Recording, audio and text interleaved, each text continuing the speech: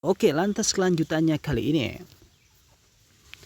Setelah mengetahui bahwasanya Carol itu bertingkah cukup aneh dan bisa memakai topeng ajaib, di sini Cheng Zuan kemudian berkata kepada Lu Su, bagaimana mungkin ini bisa terjadi? Padahal yang aku ketahui bahwasanya topeng ajaib itu hanya bisa dikenakan oleh Lu Su dan juga Xiaoyu. Aku nanti akan mengatakannya kepada Xiaoyu.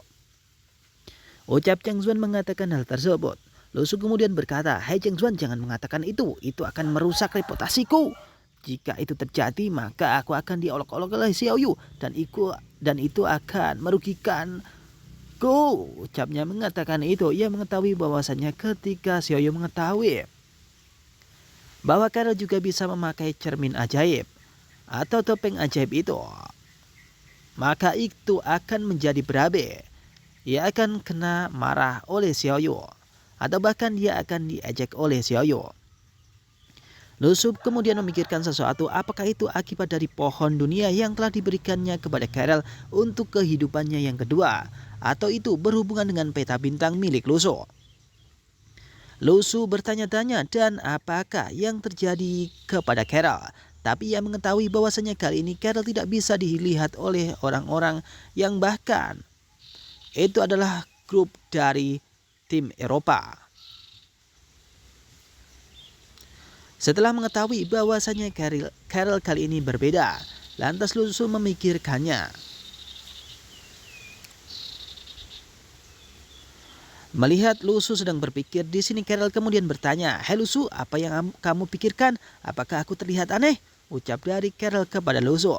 Lu Su kemudian batuk dan berkata, "Aku tidak memikirkan apapun. Tapi di sini kamu tidak akan pernah dikenali oleh siapapun di dunia ini." Ucap Lu Su kepada Carol yang kali ini menyamar sebagai orang yang lain, seperti layaknya laki-laki. Tak lama setelah itu di sini Lu Su kemudian mencairkan suasana. "Oke, setelah ini kita akan mengitari bumi. Hei, tidak, kita akan jalan-jalan untuk ke tempat lain dan akan mendapatkan sesuatu." Ucapnya mengatakan itu. Sontak membuat Cheng Zuan kemudian kebingungan dan Carol tertawa terbahak-bahak. Setelah aksinya tersebut 2 hari kemudian, Lu Su nampaknya tidak didatangi oleh seseorang yang telah dikiriminya surat. Lu Su pun bingung apa yang terjadi di tempat ini, bahkan tidak ada seorang Grandmaster kemudian datang untuk menghajar dirinya. Tak lama setelah itu Lu Su kemudian murung, ia sedikitnya memikirkan nasib Xiao Yu yang berada di tempat lain, yang tidak bersama dengan Lu Su.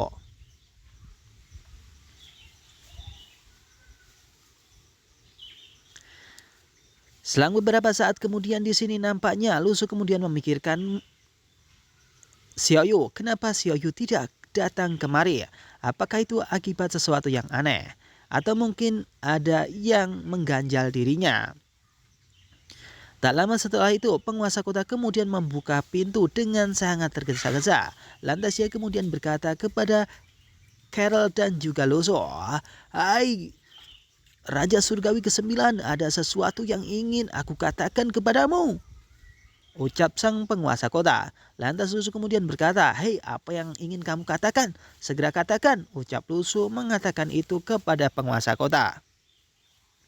Tak lama setelah itu penguasa kota kemudian menceritakan sesuatu, yakni sosok anak kecil yang kemudian menghajar seorang Grandmaster.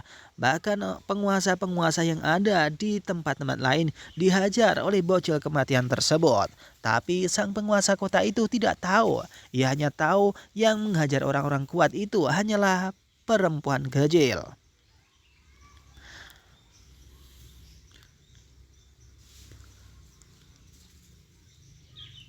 Sang penguasa kota juga mengatakan bahwasanya orang-orang yang ada di tempat itu yang setara Grandmaster juga dihajar oleh si Yoyo atau perempuan kecil tersebut. Bahkan tidak ada yang bisa menandingi kekuatannya. Di sini nampaknya sang penguasa kota pun juga kebingungan. Bagaimana mungkin itu bisa terjadi? Bagaimana jika ia dan orang-orang yang ada di Janseng tersebut kemudian dihajar oleh peri kecil atau iblis kecil tersebut?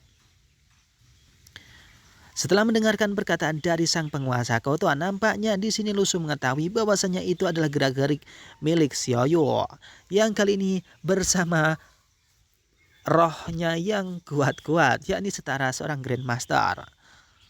Ia juga mengatakan kepada Zheng Zuan mungkin saja itu adalah Xiaoyu yang telah mengajar orang-orang kuat di dalam dimensi tersebut.